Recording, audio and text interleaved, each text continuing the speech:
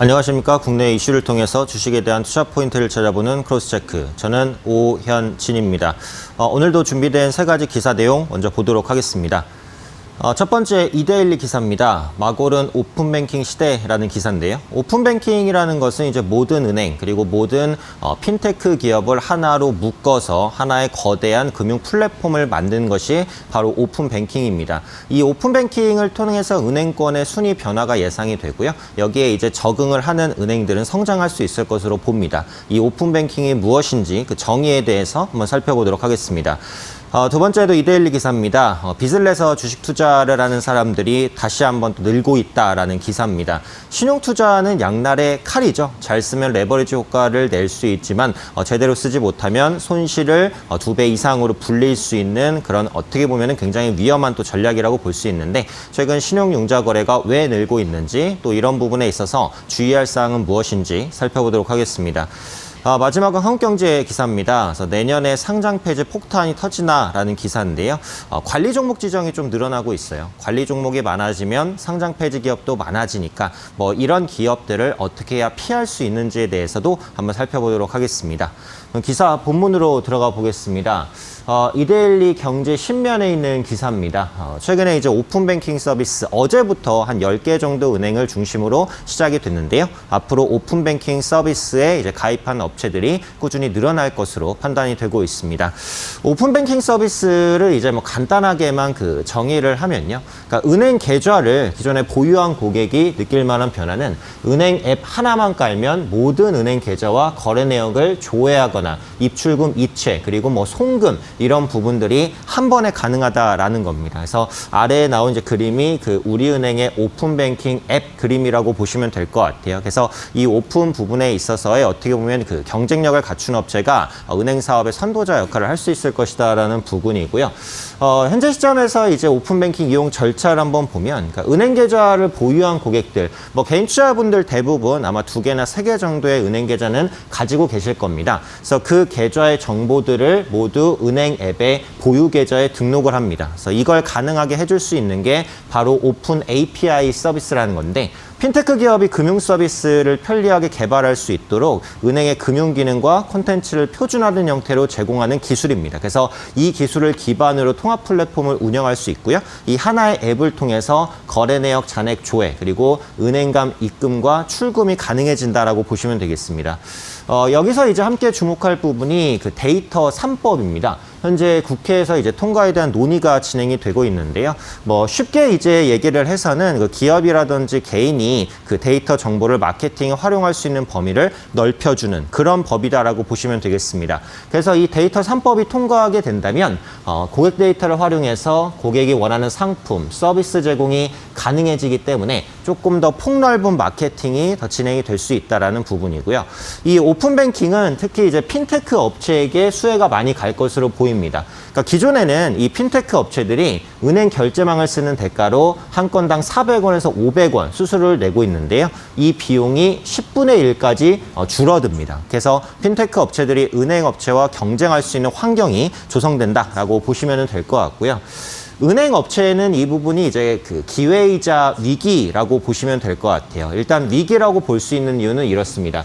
예를 들어서 이제 KB금융에 가입한 고객이라면은 그 KB금융에 가입한 고객은 KB금융의 데이터베이스만 이용할 수가 있어요. 그런데 이 오픈뱅킹 서비스가 도입되게 되면은 이 KB 고객의 그 정보를 그 통합뱅킹, 이 오픈뱅킹 소스가 모두 공유를 하게 됩니다. 그러니까 KB 고객의 정보를 오픈 고객에 뺏길 수 있다는 우려감이 있죠. 다만 반대로 이 오픈 서비스에 가입된 다른 은행의 정보도 이 KB금융이 가져올 수 있기 때문에 이 오픈뱅킹 서비스를 은행 업체들이 어떻게 이용하느냐에 따라서 수혜를 볼지 피해를 볼지가 결정 날 것이다라는 겁니다. 물론 이제 오픈뱅킹 서비스 도입에 따른 그 우려감도 있는 것이 사실인데요. 금융당국은 연말 18개 은행권 그리고 다수의 핀테크 기업을 대상으로 그 서비스를 시작한 뒤에 농협중앙회, 우정사업본부 등등 P2P 기업까지 확대하는 방안을 검토하고 있습니다. 그래서 참여하는 곳이 늘어나면 과거에 개별 은행으로 분산됐던 트래픽이 오픈뱅킹에 집중이 된다는 거죠. 그래서 여기 설명할 때 이제 좁은 차선으로 갑자기 차가 몰리면 도로가 마비될 수 있다. 그래서 트래픽이 한 곳으로 집중되면은 어떻게 보면 서버 다운이라든지 뭐 느려진다든지 이런 현상이 발생할 수 있기 때문에 이 부분이 잘 해소가 되는지를 지켜봐야 되는 부분이고요. 두 번째는 이제 보안에 대한 우려입니다. 규모가 작은 핀테크 같은 경우 은행 결제망을 열어줬다가 고객의 데이터 관리 소홀, 시스템에 대한 보안 위협에 노출될 수 있다는 거죠. 아무래도 핀테크 업체가 대형 은행 업체보다는 보안 부분에서는 좀 취약할 수밖에 없기 때문에 그 부분에 따른 해킹에 대한 우려감도 있다라는 부분입니다. 근데 문제는 오픈뱅킹이라는 것은 앞서 말씀드린 대로 모든 은행 시스템을 통합적으로 운영하는 서비스입니다. 그래서 그 오픈뱅킹 하나가 해킹에 노출되게 되면은 그곳에 이제 저장되어 있는 수많은 은행 데이터가 모두 한 번에 빠져나갈 수 있기 때문에 그 금융에 대한 피해가 이전과는 비교할 수 없을 만큼 클 것이다라는 부분입니다. 그래서 이번 기사 내용을 전반적으로 종합해 보면요, 이 핀테크 관련돼서 그리고 은행주, 오픈뱅킹으로 기회와 위기를 함께 맞고 있다는 것, 어느 업체가 선도적으로 치고 나가는지를 보시면 될 것 같고, 특히 오픈뱅킹과 함께 성장할 수 있는 보안 서비스 업체에 대한 관심도 전반적으로 필요하겠다라고 보시면 좋을 것 같습니다.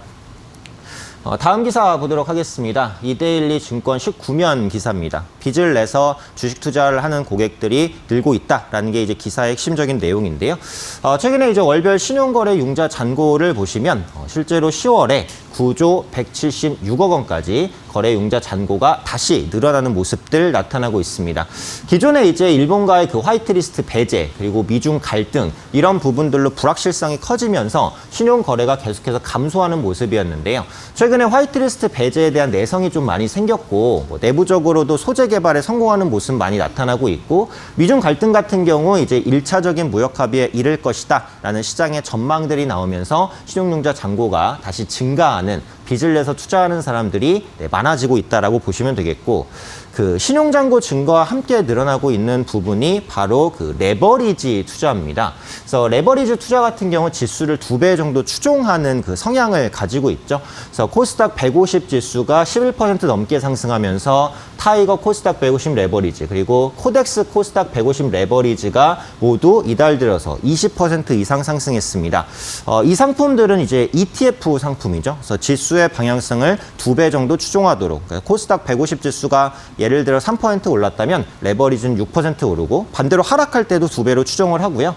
이 앞에 있는 타이거나 코덱스 같은 경우는 자산운용사를 의미합니다. 타이거는 미래에셋 자산운용, 코덱스는 삼성자산운용을 의미한다라고 보시면 될 것 같고요.